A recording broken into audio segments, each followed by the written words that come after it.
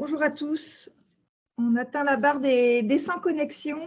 On devrait avoir quelques personnes qui nous rejoignent en plus, mais je vous propose de commencer par rapport à chacun d'entre vous présent et à l'heure.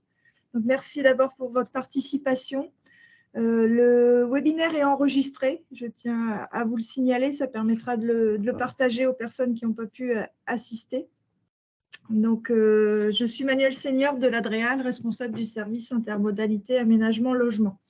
Donc, je vais avoir le plaisir de faire l'introduction. Le secteur du bâtiment est un secteur à enjeu qui pèse pour la moitié de la consommation énergétique française et pour un quart dans les émissions de gaz à effet de serre. Un tiers des bâtiments sont affectés aux activités tertiaires. Cet impact sur l'environnement doit être réduit, tout comme dans les bâtiments résidentiels et le petit tertiaire. C'est pour ça que le dispositif éco-énergie tertiaire dont on va parler aujourd'hui participe à atteindre la neutralité carbone française à l'horizon 2050. L'obligation de réduction des consommations d'énergie s'impose aux bâtiments tertiaires publics et privés de plus de 1000 m². Les bâtiments publics de l'État, des collectivités, de leur établissement public sont assujettis au même titre que les autres bâtiments tertiaires. Il en va de l'exemplarité de l'État et des pouvoirs publics. Pour tous les assujettis, ce dispositif doit être perçu comme une opportunité de réduire les consommations d'énergie dans un contexte de pénurie que nous connaissons depuis la crise en Ukraine et qui est souvent évoqué dans l'actualité aujourd'hui. Pour faire connaître ce dispositif, plusieurs réunions de diffusion ont été organisées depuis 2 ans, à la fois par l'Adréal, par les DDT, également au niveau national par le ministère de la Transition écologique, avec comme horizon l'échéance importante du 30 septembre 2022 que vous avez tous en tête pour la déclaration des données de consommation. Cette remontée d'informations doit se faire sur la plateforme Opéra, pilotée par l'ADEME.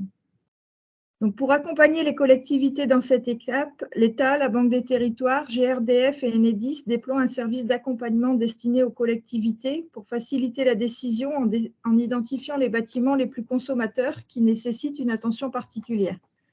Je remercie les partenaires cités en amont pour leur investissement dans le chantier.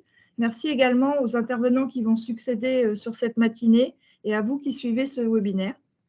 J'espère qu'il vous sera utile pour aller plus loin, avec des exemples précis qui seront présentés ce matin. Donc, le webinaire de ce matin est constitué de 2 parties. Une partie qui se tient jusqu'à 10h30 destinée à tous les participants, qui portera sur le dispositif éco-énergie tertiaire, et une deuxième partie qui est destinée spécifiquement aux collectivités, qui concernera Prio Rénov'. C'est un outil qui cartographie les bâtiments publics des collectivités et leur consommation, et qui sera présenté par la Banque des Territoires de 10h30 à 11h30. Donc, pour mieux appréhender le dispositif éco-énergie tertiaire, 2 exemples concrets vont être présentés. Et donc, sans plus tarder, je passe la parole à Vincent Otecpo de l'Adréal, qui est responsable de la division en charge du bâtiment, de la qualité de la construction et qui organise avec sa collaboratrice Muriel Labonne, qui n'a pas pu être présente ce matin, cette rencontre. Vous